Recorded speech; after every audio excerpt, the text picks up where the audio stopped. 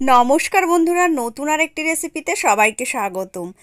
আজ চৈত্র সংক্রান্তি। এই দিনে অনেকের বাড়িতেই পাঁচন রান্না হয়, কিন্তু আমি পাঁচন না, ঠিক এটাকে বলা যেতে পারে পাঁচমিশালি সবজি। তো সেই রকমই একটা সবজি রান্না করার চেষ্টা করলাম। সমস্ত সবজিগুলোকে আমি প্রথমে এই রকমভাবে কেটে নিয়েছি, আর প্রত্যেকটা সবজি আলাদা আলাদা করে নিয়ে ভালো করে ধুয়ে তারপর পরিষ্কার করে নিয়েছি।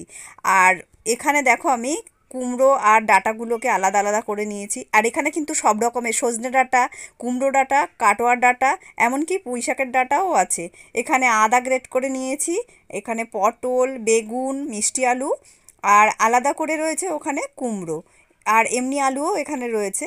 তো সমস্তটা গুছিয়ে নিয়েছি। এইবারে একটা কড়াই খুব ভালো মতো গরম হয়েছে কিনা দেখে নিলাম। এবারে এখানে সর্ষের তেল দিয়ে দিলাম বেশ কিছুটা পরিমাণে। এখানে দুটো শুকনো লঙ্কা ছিঁড়ে আমি এখানে ফোড়ন হিসেবে অ্যাড করে দিলাম। তারপর এখানে কয়েকটা পাঁচ ফোড়ন দিয়ে দিলাম। আর নিরামিষ পাঁচমিশালি সবজিতে কিন্তু পাঁচ ফোড়নের স্মেলটা খুব ভালো লাগে। এইবার এখানে বেশ কিছুটা গ্রেট করা আদা এখানে দিয়ে দিলাম।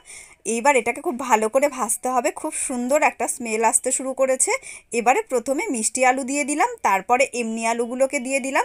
এইবারে একে একে কুমড়ো, যেহেতু এইগুলো একটু সেদ্ধ হতে বা ভাজা হতে সময় লাগে, তো প্রথমে কুমড়োটা দিয়ে দিলাম। কুমড়োটা দিয়ে একটু লবণ দিয়ে বেশ কিছুক্ষণ নেড়ে চেড়ে ঢেকে দেব। এটাকে কয়েক মিনিট এইভাবে ভাজবো, ভেজে তারপর এটাকে ঢেকে দেব। তো মোটামুটি এটা প্রায় 30% ভাজা হওয়ার পর এখানে আমি পটল দিয়ে দিলাম। পটলগুলোর কিন্তু আমি খোসা ছাড়াইনি, একটু আঁচড়ে নিয়েছি। তারপর নেড়ে চেড়ে ঢেকে দিলাম। ঢাকনা তুলে এবারে যে অন্যান্য সবজিগুলো আছে সবগুলোই একে একে অ্যাড করে দেব। তো প্রথমে দেখো বেগুনগুলোকে দিয়ে দিলাম, আর রয়েছে এখানে ডাঁটাগুলো। কুমড়োর ডাঁটাগুলোকে অ্যাড করে সমস্ত সবজির সঙ্গে নেড়েচেড়ে মিশিয়ে নেব। আর এখানে লবণ দিয়ে দেবো পরিমাণ মতন। লবণ দিয়ে আবার একটু নেড়েচেড়ে এটাকে ঢেকে দিতে হবে, যাতে এগুলো সমস্তটা ভালোভাবে মজে আসে। এই রকমভাবে দেখো, আমি যেমনভাবে সমস্ত কিছু ভাজে ওইভাবে ডাঁটাগুলো দেওয়ার পরও এইভাবে ভেজে নিয়েছি। এবার কয়েকটা কাঁচা লঙ্কা চিড়ে দিয়ে দিয়েছি। তারপর এই যে পাতাগুলোকে এবার এর মধ্যে অ্যাড করে দেবো। আর যেহেতু কড়াইতে জায়গা হচ্ছে না, সম্পূর্ণটা আমি দিইনি, হাফ দিয়ে ঢেকে দিয়েছিলাম। তারপর এটা মজে যাওয়ার পর আরও হাফটা অ্যাড করে নিয়েছি।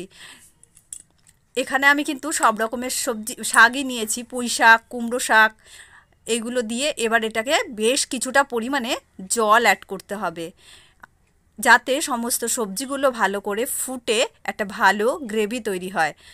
এইবার হাই আছে এটাকে ফুটতে দিয়েছিলাম 10 মিনিট। সমস্ত সবজিগুলো খুব ভালোভাবে সেদ্ধ হয়ে যাওয়ার পর 1 চামচ মতো আমি চিনি আর ভাজা মশলা ধনে আর গুঁড়োর সেটা অ্যাড করে এবার খুন্তি দিয়ে বেশ ভালো করে সমস্তটা ম্যাশ করে দিয়েছি। আর দেখতে দেখো কতটা লোভনীয় লাগছে, খেতেও কিন্তু ততটাই সুস্বাদু হয়েছিল।